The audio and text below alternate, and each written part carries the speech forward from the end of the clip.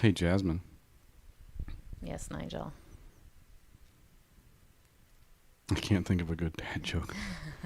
Thank God for that. Yeah, it's 7. We can just go now. The Trouble in Paradise podcast is intended for mature audiences. This means you will hear realistic adult language such as and go off. Audience discretion is advised. What is knob polishing? You're going to make me say this. I am a neglected man. I like to think that I look like a jack, even though my name's really Bob. Does he have danglers or something? Well, it's time to go do them lighthouse duties. Sitting in the cheese at the old Walmart to cool off. That should be the headline. Man tasered in the nuts after stealing beef. Yeah, but you're not going to sit in the cheese. You're not going to sit in the cheese, and you're not going to put rib ice down your pants either. House cleaning is secondary. So what is the Viagra triangle? Possibly we aid in your digestion.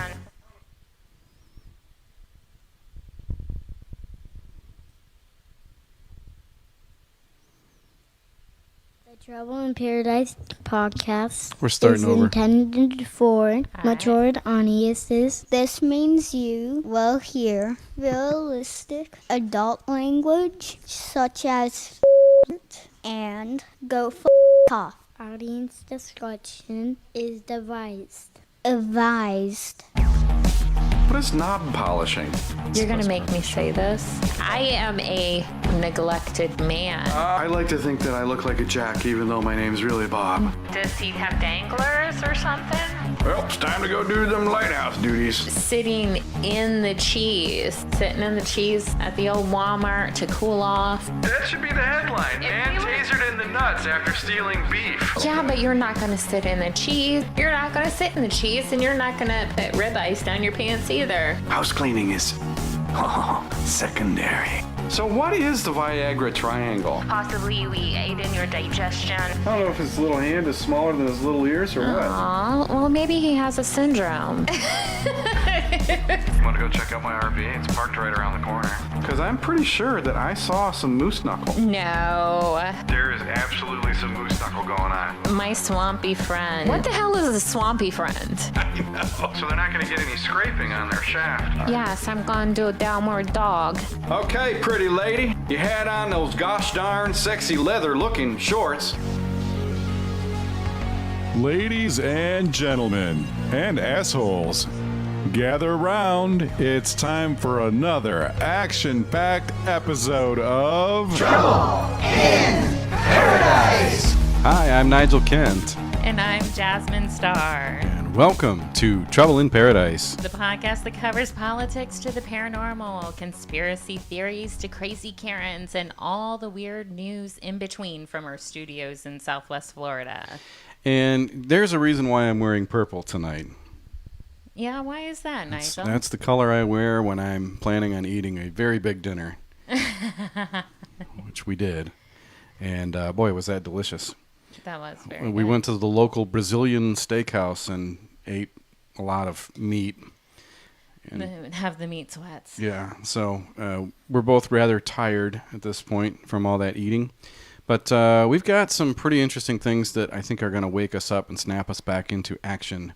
Stimulating topics, including the latest with the judge in the Ghislaine Maxwell case in the Southern District of New York, whose son was murdered. Mysterious guy who just recently showed up dead himself. Not recently, the story's a few weeks old, but it's really strange that they suicided him. So we're going to go into his really weird background. We're also going to talk about a story that you found about this woman that's kind of, something's not quite right with her. What's that all about? Right. She died in February, and the family just received her positive COVID test results in the mail from the Shelby County Health Department. Interesting. In So Tennessee. They weren't even testing in February. And she was never tested. Crazy. So we're going to get into that and Yep. what happened there. plus a preview of an upcoming episode where we're going to continue our discussion on 9/11 and some of the big conspiracy theories surrounding 9/11 and some of the lesser known mysteries of that terrible event. And then, but first, how does everybody get a hold of us, Jasmine Starr? To get a hold of us, you can reach us at Tipcast239 on Twitter, Trouble239 on Instagram, trouble@trouble239.com to email us, Trouble in Paradise on YouTube, audio versions on Spotify, Apple Podcast, and Stitcher. And if you haven't checked us out yet, check us out on Patreon, patreon.com/trouble239. Even if it's just to read our fun descriptions of our subscription levels. Yes, which were pulled out of somebody's butt about 2 weeks ago, and they're kind of funny. So, I mean, even if you're just bored and you want to go and check out Patreon, they're entertaining to read. I thank you, Jasmine. You did great. Thank you. I did my best, I think. A couple other quick housekeeping notes. We are going to have some live appearances coming up over the next few months. Some announcements to come. We're going to start doing the show with a live audience, at least once a month. Mm-hmm. And we'll have some pretty cool news about that coming up pretty soon. Yeah. Big shout out to our friends Ken and Lauren over at the Paradise After Dark podcast. Hi, guys. Hey, guys. I had the pleasure of having dinner with Ken and Lauren last week. I know. I'm so jealous. I was a little worker drone that night, and you got to spend the evening having some good conversation with them, and they're awesome people. So they're really cool folks. If you haven't subscribed, make sure you check out their podcast Paradise After Dark. It's a true crime podcast. Yep. It has to do with a lot of crimes that have occurred in Florida or have a Florida connection, disappearances, murders, some paranormal, and I guess off-the-cuff odd news kind of stories as well once in a while. But they tend to specialize mainly in the murder and disappearance department. And there's nobody better at it. They also have a Patreon. Yes, they do. It's patreon.com/Paradise After Dark podcast. And they post something called the Vacation Edition, which is where they just kind of, they wear their casual clothes on the Vacation Edition and post some really, really great stuff. Speaking of Vacation Edition, we're going to take a little trip, a little bit later, a couple weeks. Yep. So we may have to bring our little journey with us once again in the RV. Yeah, we're going to take the rig up north. I think we're going to go to... on the road. We might go back to that Pinellas Trail in Tampa and... maybe do some podcasts on the road like we did before. That was a lot of fun. Yep. That was right at the start of all of this crap. All the COVID hysteria. Crap. It's crap, I tell you. So yeah, big shout out to Ken and Lauren. Definitely check out their Patreon, subscribe to their podcast, and we look forward to getting back together with them at some point. And we know you hopefully are looking forward to that too. They're great folks. One more thing. You have been following the Kyle Rittenhouse case pretty carefully. Yeah, I have. Now, Kyle Rittenhouse is the kid, and I say kid, 17-year-old young man who was got caught up in the protest in Kenosha, Wisconsin early last week or late the week before and ended up shooting several people and killing one or two of them, I think, blowing the arm darn near off of another guy that was running at him with a pistol, getting ready to shoot him in the head. He was firing rounds at him, and that's one of the best things about this case is that there's actual footage and everything that I have seen and read. I'm a supporter for him, and hopefully. One of the things I believe that we were also going to touch on was how his attorney was censored, which is a big problem right now. Well, we've been victims of censorship on Twitter. or YouTube. We know that our comments have been suppressed on YouTube. That is true. We saw just yesterday. I had typed a comment in, and you read it, and you're like, "Why is it code language?" And because they automatically censor certain terms. And it was somebody who was making a comment on one of our videos. We've seen that time in and time out. We've got examples of our tweets being suppressed. Everybody, this is happening to everybody. Yeah.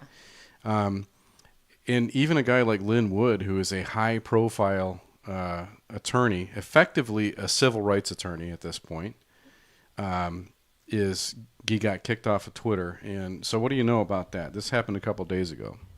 Yeah, he was a couple days ago. His page was the infamous shadow ban. It's like the outright ban, though. It's more like this guy has been suspended, right? That's the real ban. The content wasn't available, and now it is. It's back up. So I'm hoping that I thank you, Twitter.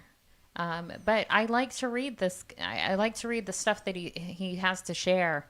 So if anybody doesn't follow him, he really has some really good stuff that I really appreciate. Well, it seems like his view of the world is consistent with the kid that he's representing in court. Right. And he, oh boy, I know I retweeted something that he had posted just maybe.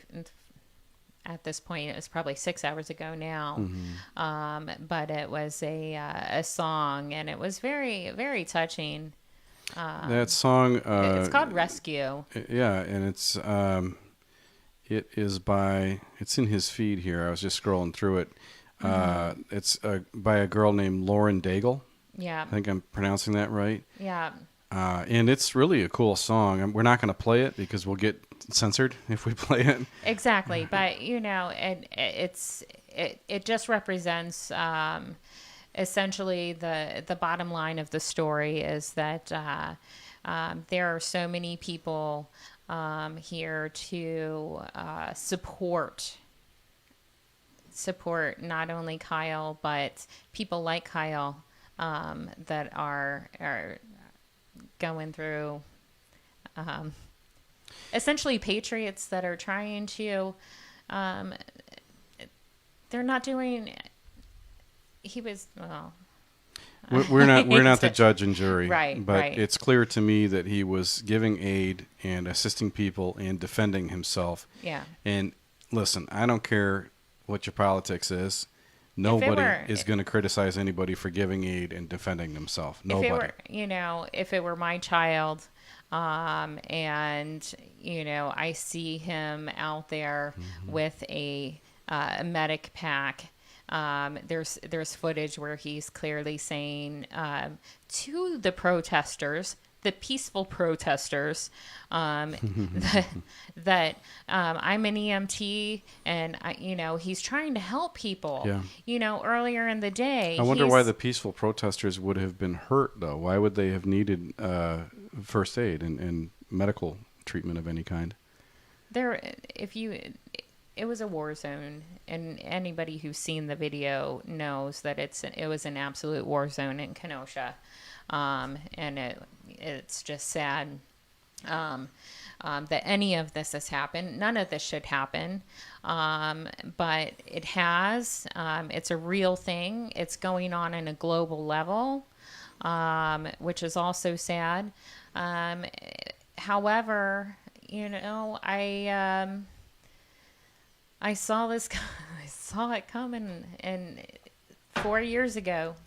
And so we've spent a little bit of time in the past talking about your, I guess, premonition, and I'd really would like to do like a full segment on that at some point so we can unpack it and give you a chance to remember all of it. And now's not the time, but the main thing, is I'm happy that Linwood is back up on Twitter and that his tweets are available to be viewed because there's some value there. There's tons of value. Look at this tweet. This is one of the ones that you called my attention to. Recipe for a Revolution. And he's talking about a left revolution, not a war for independence, Exactly. like a right-leaning American revolution type of thing, but an actual left revolution. And how much of these things have we actually seen? I thought it might be a fun, if slightly morbid exercise to just go through this list and kind of say, yep, is this happening? Okay, let's do this. I think we already answered to the first one, which is the censorship. Yes, I mean, look at our friend Martin Geddes. I know, absolutely. He got kicked off MailChimp because he's an expert on Q. He's a tinfoil hat conspiracy theorist, and therefore he's not allowed to speak. That sounds like freedom of speech, doesn't it? Well, we are in a place where our civil liberties and the Constitution seem to not even exist right now, and it's sad, and it shouldn't be happening. Yep, and it's if you view the political spectrum as a two-sided thing, a left and a right, both sides are abusing the Constitution right now.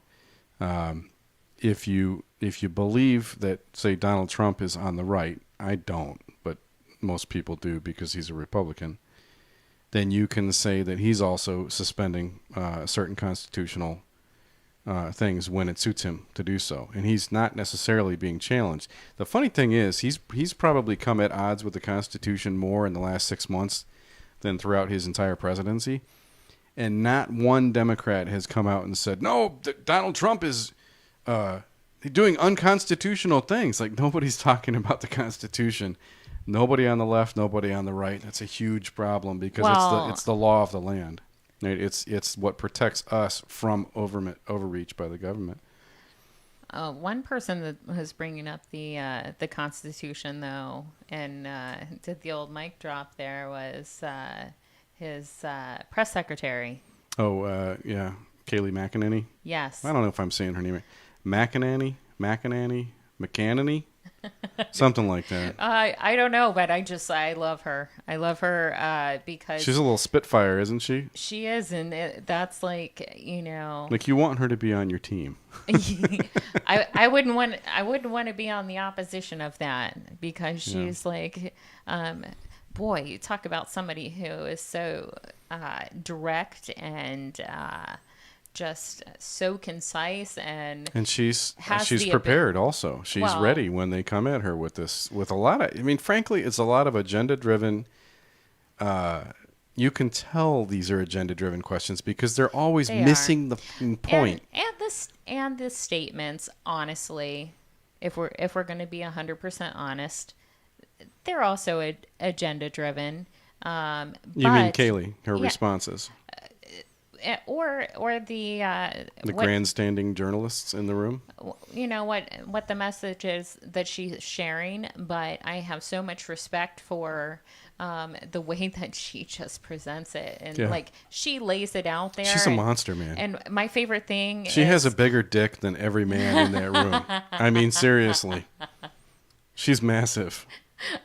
I adore her, and I love the fact that sometimes there's questions, and then there are other times where she made the firefighter comment, and then that was it. There was nothing, and she just like turned and like it was like boom, mic drop, and then exit stage left. But it was beautiful. It's never a shit show.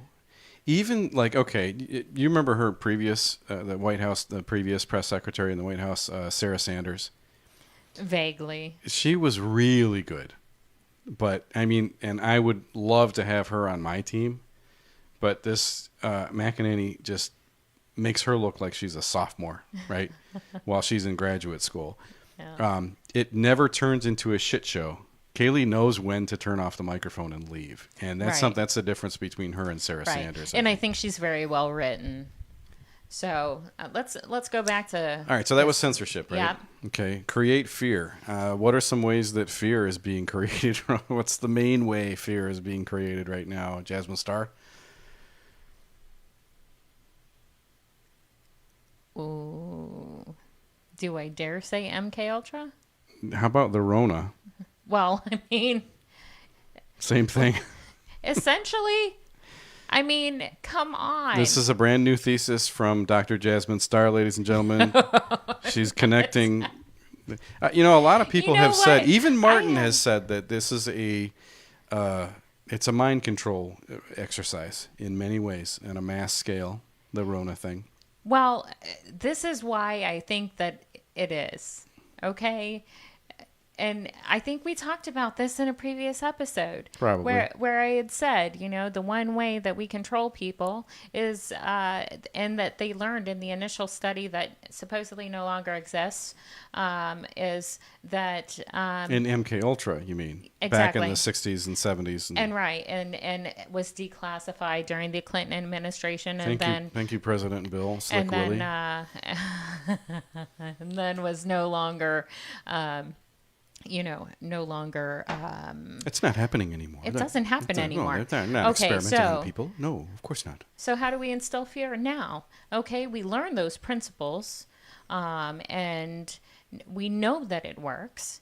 And now you just throw it out on a mass scale. Well, they tried it with Ebola, right? Ebola was the big one that caught a lot of people's attention. But Do you know what I had to do for Ebola? Okay, you did. But what I'm saying is it didn't catch in the mainstream the way coronavirus caught. Because Like, they people knew weren't what it- getting sick. What exactly? Whatever they didn't do right with Ebola, they had to fix in order to make it believable enough and widespread enough and credible enough, Right. whether fact-based or not, because I'm not sure either. I know a lot of people have been sick with it, but here's People and I've been- legitimately have been sick. and with we've known it. people who have, and we've known Absolutely. people who have died from it. Absolutely. So We're not denying that. right, but then there's this thread of similarity between coronavirus and Ebola, where it's like, wait a fucking minute, some of this is fucking horse shit, and the problem with it is the harder and deeper you dig, the more bullshit you find with coronavirus in particular. I am going to have to dig up a picture. I don't know. It may have to wait for the year to come around where it pops up in my Your Facebook memories. Twatterbook memories. Let's hope that Twatterbook and, is gone by the time that year comes around. that Hashtag delete Facebook. that I have this like obscene picture of the training that I had to do where I'm completely suited up in the hazmat suit with the hood, and it was From Ebola. we had to do Can we use that to promote the podcast? what, special Ebola training? Well, no, the that picture. The picture, if I can dig it up, you can use it for whatever you want, because I look like I'm getting ready to go into outbreak, and there was never a case like Yeah. around that we had here. What an interesting kind of propaganda movie that was, too. But that they instilled so much fear into people that hell, I had to do it as part of my training. But then you weaponize a virus that you unleash upon a global level, and then you have the perfect storm to work on creating fear, and then you create further fear by telling people it is so bad that you cannot leave your house. We have to shut down. We have to collapse our economy because it is so bad out there. You can't go out there. And then you create division. So what's the difference between fear and division? Like, I get what fear is, and people can be unified in fear, but how do you then create division? Like, what happens there? Well, you have the people that are essentially, they start doing the research. They start realizing that there's a little bit more going on here. One thing that maybe they don't understand, if you haven't been brainwashed, is that fear doesn't work on somebody. It can work to a degree, but it doesn't work in the way that you want it to. Because fear also is a catalyst for people to create change. So you'll have a group that lives in fear, And then you have a group that is in search to create change and look for change. And then that's where the division starts to occur. Because you have the ones that are like, this isn't right, this needs to change. And then they start looking, and then they do the research, and then they realize, okay, there's a little bit more to this. So then we become a little bit more defiant. Yeah, and then they say, well, fuck you, your instructions are bullshit, I'm not doing them. Right. Yeah. And then you have the group of people that live in fear. And then you have division. Well, and so the fearful people would be the ones who are like, I'm not leaving my house. well, they're the ones that believe that official story, right? So in this case, the narrative is there's this killer virus that is going to fuck up you, your children, your grandparents, and your wife and your husband. And everybody's going to die unless you do X, Y, and Z.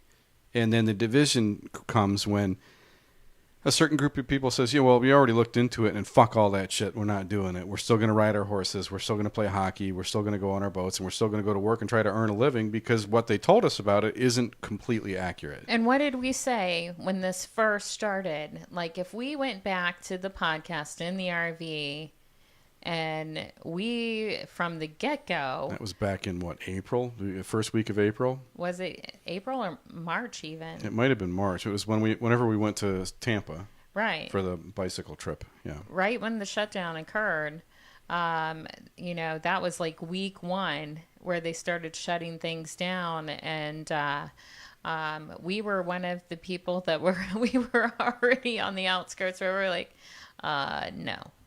And so that's division, though. That's the difference between us and, I know, right now, all my family in Kansas, they're mostly left-leaning political bunch of people. And I know that they're dutifully wearing their masks everywhere they go, and they believe that they're preventing doom. Okay? But then there's all these other people who say you don't need to do that. Right? You don't have to do that, and I'm not going to. And, oh, by the way, you can't make me, because there's nothing about our inalienable rights that permits you to tell me what I can do, especially with my body, right? Other than things that violate civil rights, which would be, murder, rape, theft, any kind of social marginalization. Like those are... And unfortunately, that is where the division is. Yeah, because they believe that not wearing a mask is marginalizing people socially, which is horseshit. But we can come back to that. So that's the division, right? Mm-hmm. That's the separation or the difference of opinion, right, between these two groups. So then what happens? Well, then we have create violence and lawlessness, and we're seeing a perfect example of that. Globally. Yeah, well, especially in the United States. I mean, there's more, and it's not like nuclear, army combat. Dozens of people killed per night, but there's a death every couple of days. No, there's tons of injuries every evening, and these assholes that are representing the left-leaning group are demonstrating at night. Why would you do that? Why wouldn't you demonstrate in broad daylight? What's the advantage tactically? That's a good question. I mean, why don't they come out in the middle of the day? I know there are some protests, some left-leaning protests during the day. Yeah, there are, and those generally tend to be peaceful. However, they're standing until you got all these 18-year-old white kids standing around a woman at a restaurant screaming at her. Did you see that video? I did see that one. I saw the DC protest where they're talking about doing the chant about burning the precincts down. Yeah, it's the anti-police sentiment. Yeah. I mean, it's. If something happens to your family, rioters and looters and anybody who's out there doing that, if something really bad happens, who are you going to call? Are you going to call? I'm being serious here. Are you going to call the people that are walking around with the banner? Okay, or are you going to call the police? Racing through the list because I didn't even read the list. yeah, I'm but just you're already down to sorry. you're down to number 7. So you covered create disdain for law enforcement. Okay. Okay, you covered intimidate police not to protect and defend citizens. Okay. Because the police are like, and we've been seeing this in the upper Midwest. The police are like, yeah, fuck it, I'm fucking calling in. And they got record number of police in New York retiring all of a sudden. Like guys are taking early retirement because they're like, yeah, fuck you. Why would I help these people? They're going buying 35-cent cans of cut rate soup at the store so they can just throw them at cops in the middle of the night. I will say one of the coolest things, though, that I did see as the people were walking out of the RNC convention were the police officers with the bicycles, and they essentially, non-violently, but essentially they created like this most awesome barricade on the street where they just lined their bikes up. Mm-hmm. So hopefully, and it didn't work for all of the people that left, unfortunately, that left the convention. It didn't work for Rand Paul. No. And he's the most conservative fucking guy in the entire Senate. Like he's a straight libertarian, right? The guy's as right gets, and they harassed him.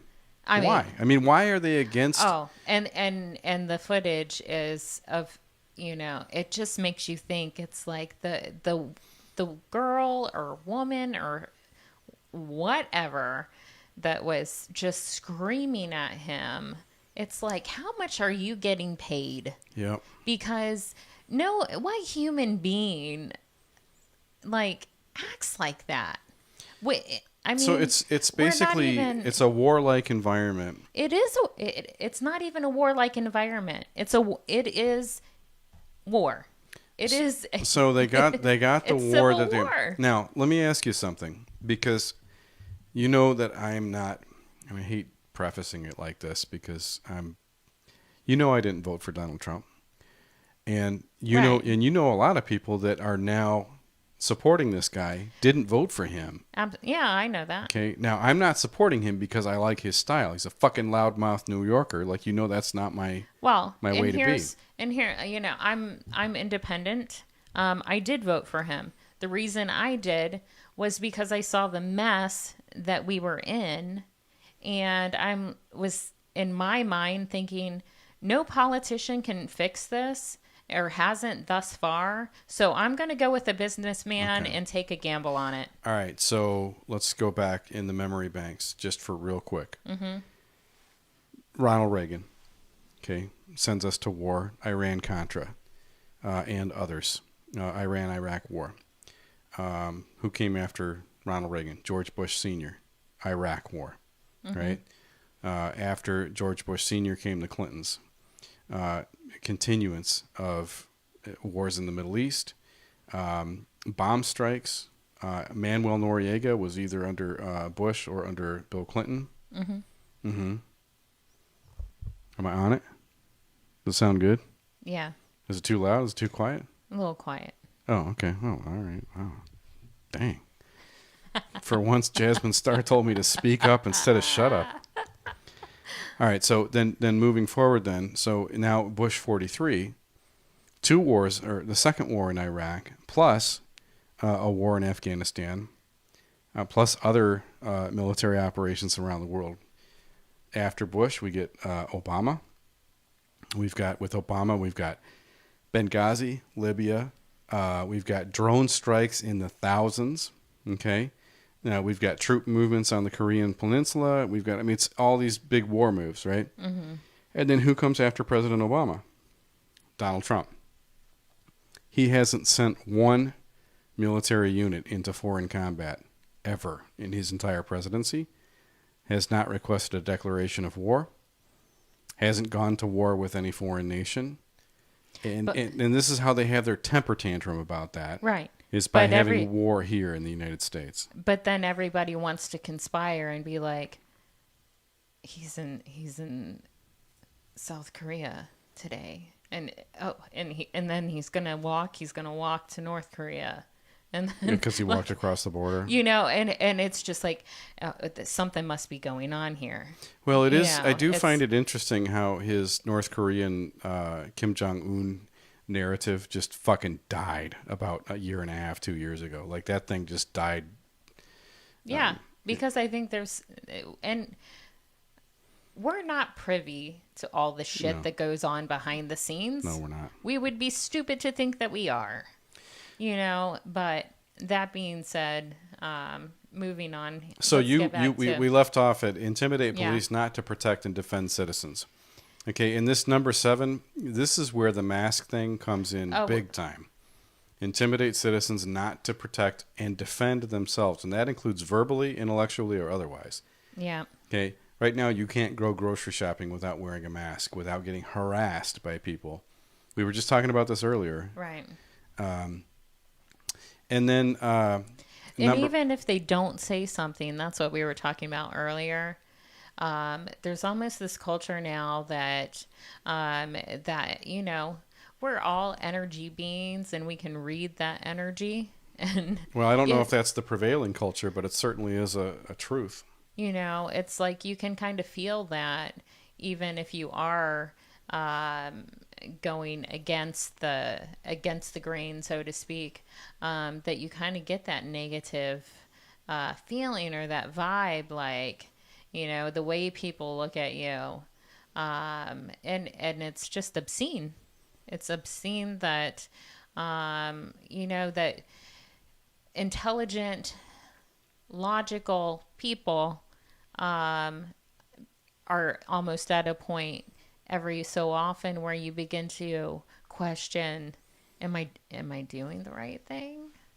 Am I supposed to be? And it's like, what? Wait a second. Where the hell did that thought Okay, so come you from? know where this is when people are questioning, like, oh man, should I go up and tell that elderly man that he needs to be wearing a mask? Should I get after that mom? I would never do that. Okay, I'm not talking about you. But I'm saying, Right. but should I go yell at that young mom because her little 1.5-year-old is not wearing a mask in the shopping cart?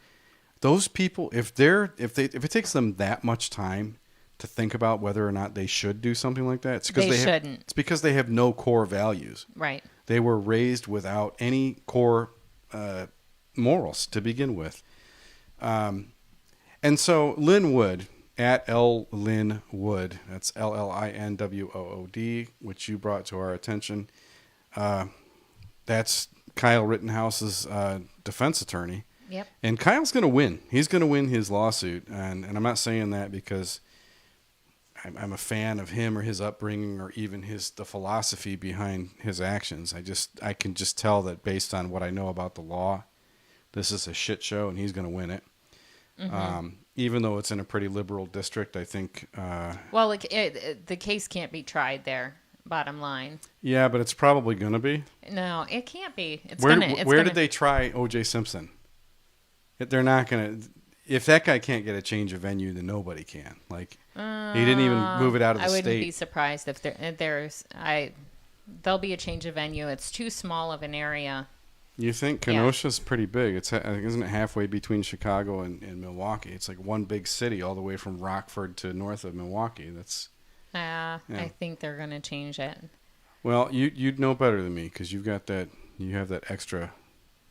Your third eye is more, at one with the force than mine. So, but you want to talk for a minute about the judge and the Ghislaine Maxwell. The judge who's going to see to the Ghislaine Maxwell indictments and trial in the Southern District of New York. Go ahead and bring up that story. Okay, so her name is Esther Salas. Is that how you said it was? Yep, Salas. So Jazmine knows Spanish, and I don't. Real quick aside. So when my son is 24. I was going to go, oui. My son is going to be 25 in a couple of months. That's funny because he said two things really, really funny that cracked me up when he was little. One was that he didn't say Spanish. He said Spanish. Spanish? Yes, Spanish. That's cute. And he also said, I really loved and adored and still do the way he pronounced the word horseradish. He said, horseradish. Aw, bless his heart. Yeah. But Shout out to my parents. Thank you for letting me have a Venezuelan babysitter. well, there was also this really fun thing that there was like a three-way joke between me and his sister and him when he was in the second or third grade, and I would say, Jacob, where are Spanish people from? And he'd be like, France. So that continues to be a running joke. But so Esther Salas was appointed to this case. It's in her jurisdiction. And this is some old news, but the reason we want to bring it up is because it's been a month and a half, but there's some disturbing details in the background of... Yeah, if anybody, even though it is a little bit older, if people aren't familiar with it, it's definitely interesting whenever you start looking into some of the details. So I'm going to just pull up the pictures here. This is Esther Salas here in the middle. She's got some Guns N' Roses hair, like she needs to get that shit under control if she's going to wear the robe, but whatever. No, she's beautiful. Yeah, Stop she is a very beautiful woman. And so this is her husband. He's like 3 years older than her, if you can believe that. I guess they met when he was a junior attorney and she was an intern. Mm-hmm. And this is their son, Daniel. Now, Daniel, unfortunately, was killed at the age of 20 during an incident where a man, ostensibly a FedEx driver, approached the front porch of their home, knocked on the door, and then when Daniel opened up the door, this FedEx driver pulled out a pistol, shot him. The bullet went through him and into his dad, and then with them both on the ground, he also put 3 more bullets in the dad. Now, my understanding is that Esther, the wife and judge, was in the basement doing a FaceTime of a case at this time, because this is during all the COVID horse shit. So she was tied up, and there was nothing that she could do. I don't know. It's unclear if whether or not she heard the gunshots or whatever. But the interesting thing about this case is the guy... I mean, there's plenty interesting about it. For starters, right. She's the judge that is going to be in charge of what happens to Ghislaine Maxwell, whether it comes to the arguments about how her any subsequent indictments might go, or how juries may be appointed or assembled according to various charges that are against her right now. She has a great deal of influence over that case, over those cases, and she's in an unenviable position. I think everybody would agree. Now, the guy that murdered her son, they're saying, is a guy by the name of Den Hollander, who is himself a bit of a puzzle. Because he, I guess, is sort of an anti-female... he has this anti-female narrative right now about his life. And I pulled up a Hollywood Insider to check this story out, to try to get the backstory about what this guy is. And all they're doing is repeating the talking points about this guy's background as they're calling him an anti-feminist, which, I mean, 2 things on that.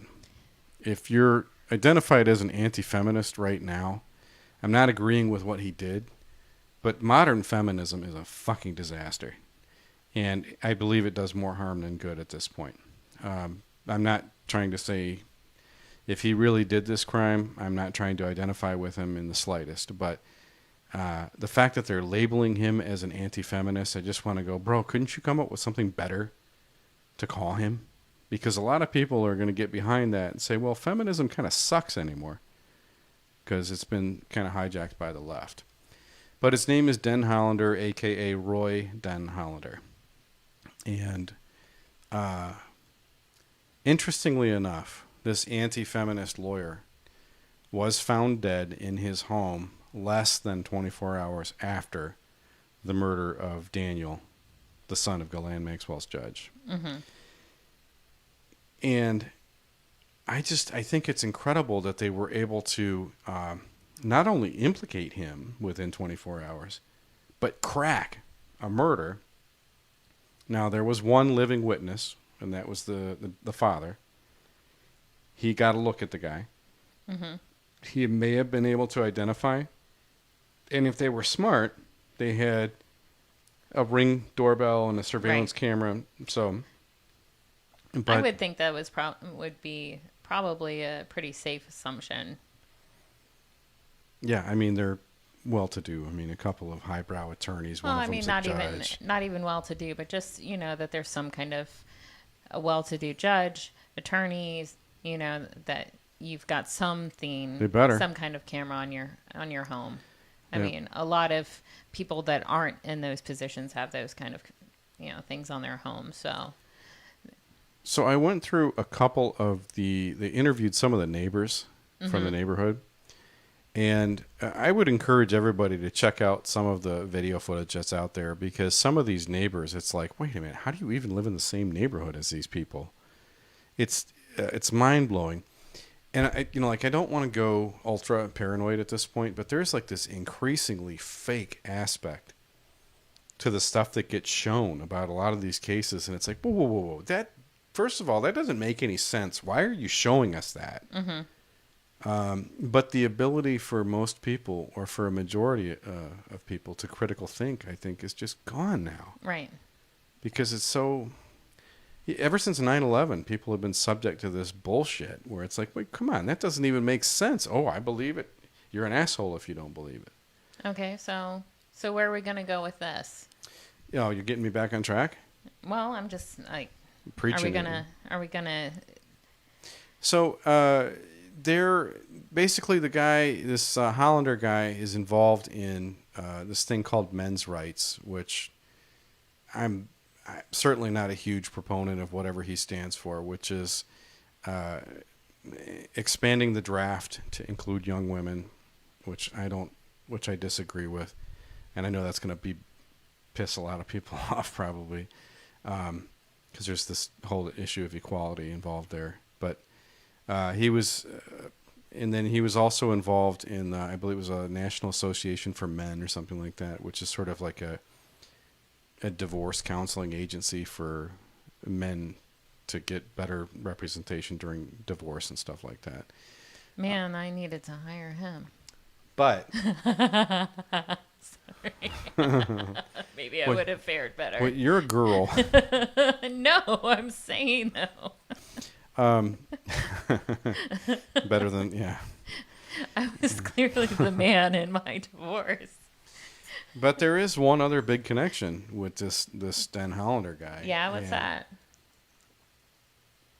He was a secret operative or a secret lawyer for a company called Kroll, Kroll.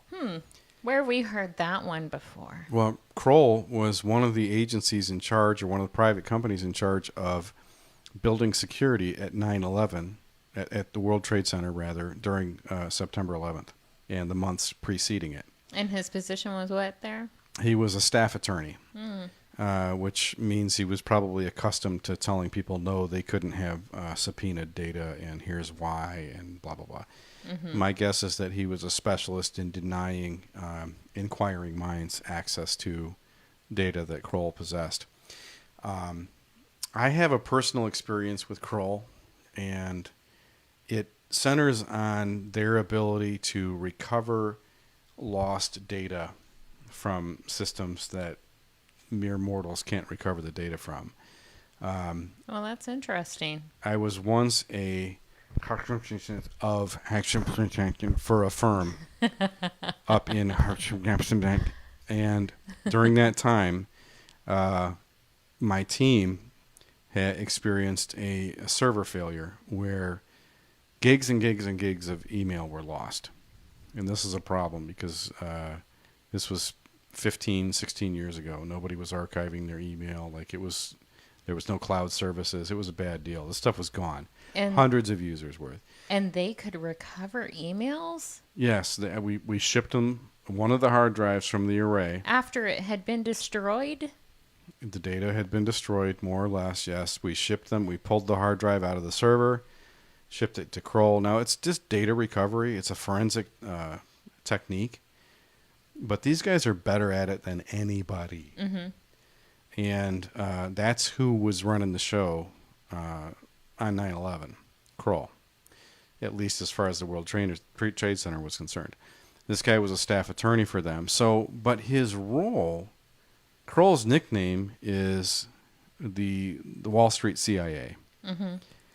So that means that if he's working for such a shadowy organization, then there's a good chance he was able to perhaps be an operative or had a skill set similar to those of somebody who would be feet on the street in a situation like this. And that's where the conspiracy theory starts for me. Right. Because, Well, what else did you find? Because I thought you found something too in his medical history. in Hollander's medical history, Yeah. well, yeah, he had terminal cancer, had been recently diagnosed. Mm-hmm. Or so the story goes. Right. Which provides the perfect alibi for a revenge hit. But there's not much strong evidence that he would want to have a revenge hit on this particular judge. Right. Because he only ever tried one case in her court, and he was mildly successful with this judge. Mm-hmm. So the repeated story over and over in all these articles is that the guy was out to get her, and he was anti-her, and he was anti-his wife, and he was anti-female, and he was going to get her no matter what. That just makes no sense at all. Well, especially when he was somewhat successful trying a case with this particular judge. Mm-hmm.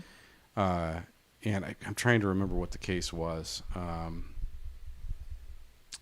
but we'll come back around to that. It was a case about, don't remember. But, so that's what I do when I have a score to settle, right? I go and murder somebody. So, what if you had to come up with just a theory? What would that theory be? Why would this? Well, there's a couple attorney- theories. The prevailing theory is the guy's not dead at all. Okay, and he's still a Kroll type 9/11 type guy. This is a theory that you came across and read? Or? No, this is a theory I just came up Okay. with. Okay. Another theory is that maybe he is dead, but he never had cancer. Mm-hmm. In which case, the cancer was simply hey man, the guy's gone crazy. He knows he has nothing to live for, so he's going to go kill this woman. But that falls apart because if I were in that position and I had a half victory in court as a moderately successful trial attorney, am I really going to go and shoot that lawyer or shoot that lawyer's kid? I mean, like that doesn't make any sense at all. No.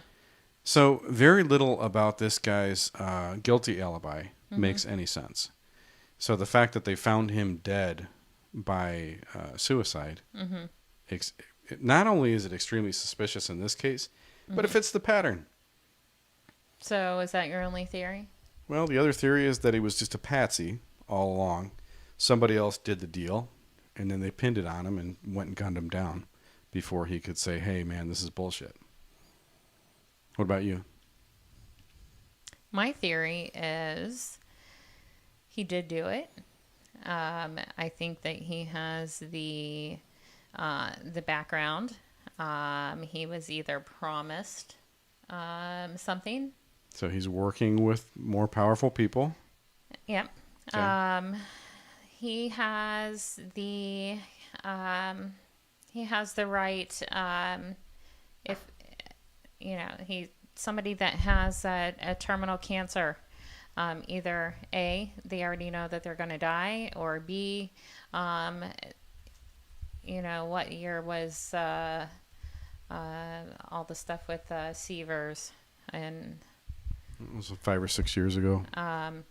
there was the stuff that was going around where there was a supposed cure for cancer, and what if he was maybe promised, we have that information and we can help you. If you do this, We can help you. So you're saying that his handlers may have promised him medical care that he would have been otherwise unable to Obtain had he not carried something out. My guess... Would he have been inclined to go along with such an offer, being that he had already been exposed to the intelligence community and kind of knew how these things worked? Or, Well, here's what I really think. I mean, I just believe that there is another judge that they would like to see in her place.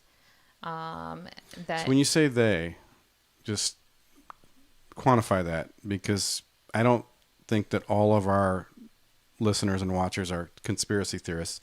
Tell them what they means to us.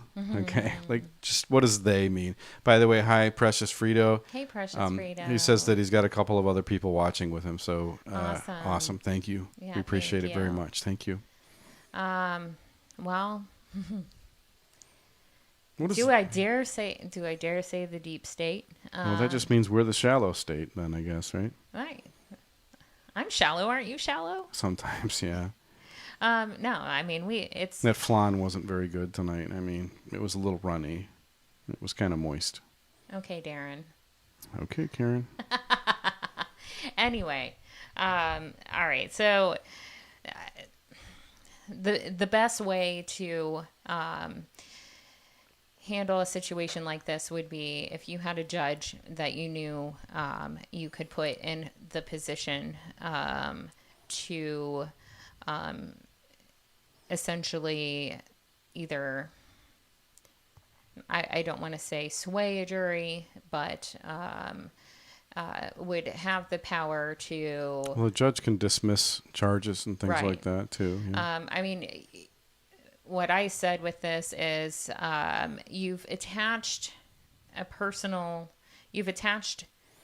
you've made the connection between making this a personal case. For Salas. For Salas now at this point. So she has a conflict of interest because they think this murder has something to there's- do with intimidation. There's a conflict of interest now. But do so they? Now, Can they make the argument that, hey, this is just some random murder? Because if they actually connect this thing back to they, right. then they got an even bigger problem on their hands. Right. So they don't necessarily want the conflict of interest with No. Salas exposed, do they? No. Well, and they won't let that happen. What I believe is going to happen, though, is it's going to be presented in a way that she's not the one that needs to be presiding over the case. They're going to replace her time. with a different judge. That, yes, she'll be replaced. And So that would be that's where this backhanded connection is going to come in. That's just my theory. Okay. Just my theory. So they get her a different jurisdiction, they get her a different judge, a different district, perhaps different federal district, and Yep. all of a sudden she's scot-free. She's gone. I don't think she's going to be scot-free. But But she's gonna do a couple of years. well, I think there's going to be ways that there's going to be suppression of evidence at that point. And did you so in other words, a judge may be able to say, yeah, we'll redact this, we'll redact that. We're Yeah, not going to strike name that. names. Yes. Strike that. Because they're sympathetic to the people that are named.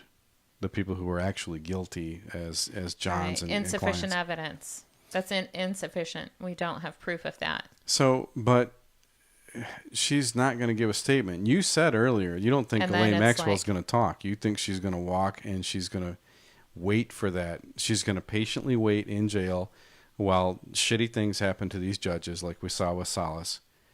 And that when she gets her judge, she's going to walk. I think it's telling that the first judge that's assigned to the case, that something traumatic happens to the family. An Obama appointed judge also, for the record. So it's possible that somebody who's involved in the deep state like Barack Obama can appoint a federal judge who is, the deep state still continues to be a loser or outside of their group. Is this how they get people into their group? Is it just pure intimidation? Do you think she's on her way into that club, or No, I don't think so. you think she's going to live the rest of her life in fear and loathing and looking over her shoulder? whenever she tries a case. I think it's unfortunate. Like, I really do. I feel for her and what happened. But I don't feel like she has the kind of background that they want in a judge to oversee or preside over this case. Mm-hmm. And that they will go to whatever means necessary to find a way to change it and have a new judge presiding over it. So where do you think this is going to end up? I mean, is it going to make it to a hearing with this judge, or, I mean, are we going to see that hearing on TV, or is it you think it's just a foregone conclusion that Salas is out? I think that right now they're trying to throw up so many smoke and mirrors. Yeah, And I've used that term. I've used that term before. A lot of stuff lately is all smoke and mirrors, and the stuff that, I mean, it's anybody that watches any of the MSM. If they do their own research, they'll see that there's a lot of misinformation out there. Which is why we're probably on our way to being censored. But well, I mean, we've already seen it. Yeah. We have definitely been soft censored. Well, I immediately after I posted my video, Your Antifa video. as soon as that went up, within a couple minutes, I was already blocked by a California Democrat. So that was awesome because Jazmine makes this awesome video about how Antifa.com, some awesome troll out there has Antifa.com registered and pointed at Joe Biden's website. It goes right to his donation page. And so And I you just post want a to video of that, and within minutes, some random state representative in California just blocked you. Yeah, You're blocked. Like what? Yeah. I guess you can automatically block people based on hashtags. And I did, but I don't even think I hashtagged anything in there. I'll have to go back and either. I don't. Oh. I really don't. I think it just. And I for even whatever. tried trolling that same state rep to say this guy. This girl is a jerk. You didn't get you didn't get blocked. Yeah, so I don't know what happened there, but it was weird. No. I'm a target. So speaking of targets, I think there was one more story that you wanted to go over with. There was a deceased woman that was recently targeted for, I guess, why would they want to get after a deceased woman? What happened here? You want to tell us about it? Sure. You're going to love this one, Precious Frito. Woman dead 6 months receives letter saying she is COVID-19 positive. This is out of Memphis, Tennessee. The story was released yesterday. A woman who had been dead for 6 months received a letter this week from the health department saying she had tested positive for COVID-19. Sandra Whittington died of COPD on February 16th, weeks before the virus was detected near her Shelby County, Tennessee home. Weeks before we heard about it on the news or anything. I mean, they were talking about it, I guess right around then was when they started talking about it on the news. Yeah, but according to this, I mean, there were 0 cases in Shelby County. However, her son says the family recently received a notice saying Whittington had tested positive and that she should isolate herself from others. And then his statement, I'm just having a hard time understanding how they can come and say someone has COVID-19 when they're not even alive. Right. It's pretty easy to social distance when you're dead, right? Right. And this is not a case of mistaken diagnosis. She had been dead for many months by the time this came out. Right? Whittington says the health department claims this mother had taken a COVID-19 test on June 20th, about 5 months after she had passed away and had been cremated. According to WATN, the health department has apologized for its mistake and the pain it may have caused the family. How do you swab the nose of a cremated person, Jasmine Well- Starr? You're a medical expert. Maybe you can... As a medical expert, I can tell you that is impossible. I did look at this. She did die in February. I believe it. I didn't write the date down. She did die in February. The test was dated on 6/20 of 20. And another funny, not so funny side note, they also mentioned this, had this been a true case, this was in an interview with her son, that 60 days to receive a positive diagnosis and notification to quarantine is inexcusable. Oh, boy. Like, Sonata. I mean, it is. Like, I mean, maybe she would have died anyway at that point because they were so slow. I'm sorry.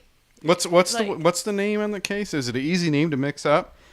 Was it a paperwork mistake? Like, do you know what the lady's name was? No, but you know what this makes me think, okay? It's like if they can send and say that a woman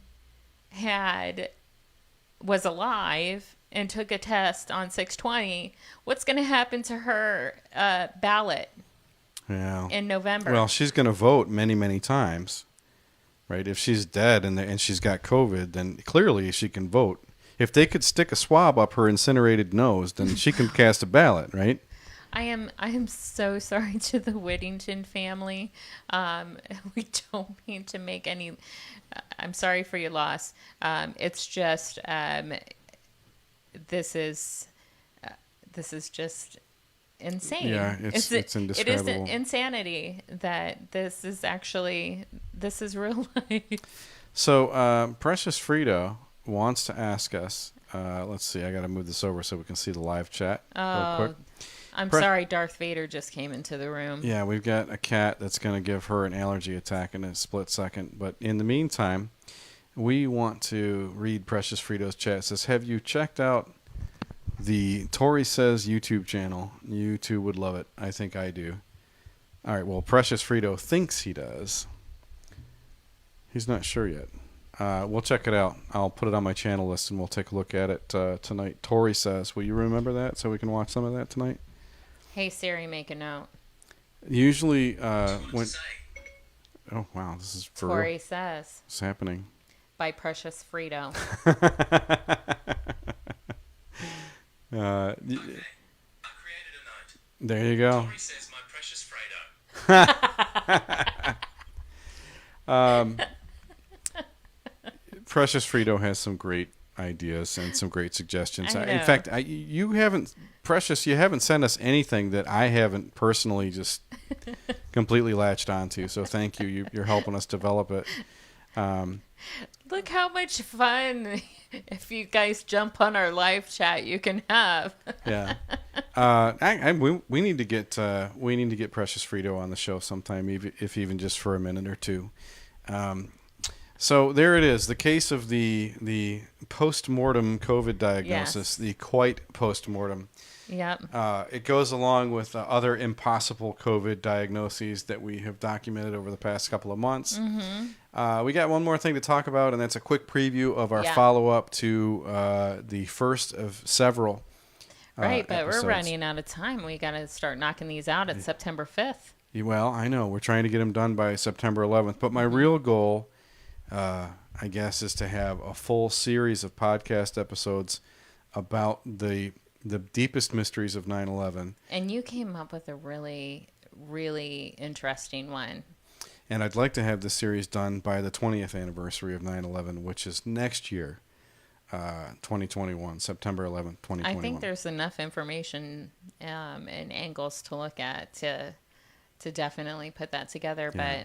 But just for a quick little peek, just what's a little snippet of what you found in this next one that we're going to talk about? Well, we're going to talk about how colors, if you look at the way the Twin Towers came down, how colors in the video footage give away a lot of damning evidence against the NIST report. Of course, the NIST report was the official, federally commissioned report explaining what happened on 9/11 and why. And it's about 80% horseshit. There's a couple things in there that are factually correct, and the thing is a big tome. It's like the size of a phone book for anybody over the age of 40 that remembers what a phone book is. But there's, what we want to do in this next episode is talk about how the colors of the smoke give away the kind of explosive material that occurred during the Tower 1 and Tower 2 collapses. Because liquid fuel... That wasn't me. Liquid explosive sources such as kerosene or kerosene jet fuel, which are all basically the same thing. That was the incendiary source of the World Trade Center Towers 1 and 2 collapses, according to NIST. They said that it was kerosene fuel or jet fuel that brought those towers down. I know, I roll my eyes too because I'm fucking sick of hearing this bullshit story. But jet fuel burns black. But during the time of impact at World Trade Center 1 and 2, there was incredible amounts of white smoke, which was generated by a solid fuel. And so we're going to show a couple of different videos that go into how solid fuels generate white smoke, Right. and how liquid fuels such as gasoline, diesel, and kerosene and so forth generate black smoke under those kinds of oxygenation conditions. And the colors at which some of the metals melt. Yep. So different metals melt and display different colors at the corresponding heat registers. So we'll get into all of that whenever we... You're trying to not let me get into it right now, and I appreciate that because I want to just go. I know you do. The bottom line is there was dripping metal coming from the corner of both towers, which there's a certain group of conspiracy theorists that say, aha, dripping metal. That means that the building was demolished using explosives, specifically an explosive called thermite. But we're going to talk about why that might actually be true due to the colors of the metals that are shown in the videos that were plastered all over the place on September 11th and the ensuing days. In the meantime, Jasmine Starr, how would you recommend people get a hold of our humble little podcast here? Our humble little podcast can be reached at Tipcast239 on Twitter, Trouble239 on Instagram, trouble@trouble239.com to email us, Trouble in Paradise on YouTube. Audio versions are available on Spotify, Apple Podcasts, and Stitcher. And we do have a new Patreon account. If you haven't checked us out yet, it's patreon.com/trouble239. Patreon.com/trouble239. Precious Frito does not like Patreon. He does not like He Patreon. suggested something called Ko-Fi, which, again, this guy is on the leading edge. I think we need to get some field reporting from Precious Frito. I have a Parler account thanks to him now. Parler, it's kind of... I'm kind of on the... I am too. It's weird. Yeah. I can't see how it adds more value other than the fact... Because I didn't feel like I had a louder voice on Parler than I did on Twitter anyway. It was just like, well, wait a minute, man. There's some really well-known conservatives on Parler who are already dominating this thing. Mm-hmm. So is it more work for me to get our message out to people on Parler or on Twitter? And despite the censorship on Twitter, I still feel like it's an easier go on Twitter. And to your point, I think Parler is where people who get kicked off Twitter and Facebook end up. Right. It's kind of like that's the outcast and where you can still talk and tell. The land of misfit toys. It is the land of misfit toys. That's the perfect way to word that. I'm going to be a dentist. I just want to be a dentist. Like... What mom and dad wouldn't want their kid to say that? Oh, you're going to be a dentist. Okay, that's cool. If I didn't have to pay for the school. Well, yeah, but then I'm going to retire in a really nice community because my kid's going to pay for it because he's a dentist. Well, I'm going to go with my computer hacking son and say that he's going to find a way to make some cheddar. Yeah, he is. He's a smart kid. Have his All right. mama retire. Well, I mean, he can, if he wants, he can send some money my way too. That would be awesome. Or he could just be, he could subscribe to our Patreon. Or he could come and produce our show for us, so I don't have to do it myself and get really confused. And my 44-year-old mind gets confounded by all this software and mixing shit on this thing. So anyway, you see this. What? All right, guys. Thanks for hanging in there with us Yeah. tonight on Trouble in Paradise. I really, PF3 is ready. Looking forward to seeing you guys next time. Next upcoming episode is going to be another 9/11 discussion. We do have some live events coming up. We're going to be doing the podcast on location at a couple live venues. We're going to get some members of the public involved in the show. And we have a wheel Yeah, we've got that we're going to be bringing in on these live shows. That's going to be fun. We got a spinner wheel that we're going to use. We're going to bring back the Bucket O Conspiracies. Yeah. And we also have some good friends, Ken and Lauren over at Paradise After Dark. Make sure you subscribe to their podcast. Hopefully we'll get back together with them and do another collaboration. I tried to get them involved in the 9/11 conspiracy theory series. And Lauren was like, no, I don't do conspiracy theories. Then she messaged me today, and she's like, man, this stuff's hard to get out of your head. Yeah, So, once you go down that hole, there's no coming back. for sure. All right, so that's pretty much it. Jazmine, is there anything else that you would like to tell our listeners and watchers this evening before we sign off? The only thing I want to say is stay out of trouble. Okay, stay out of trouble. How do you turn this thing off?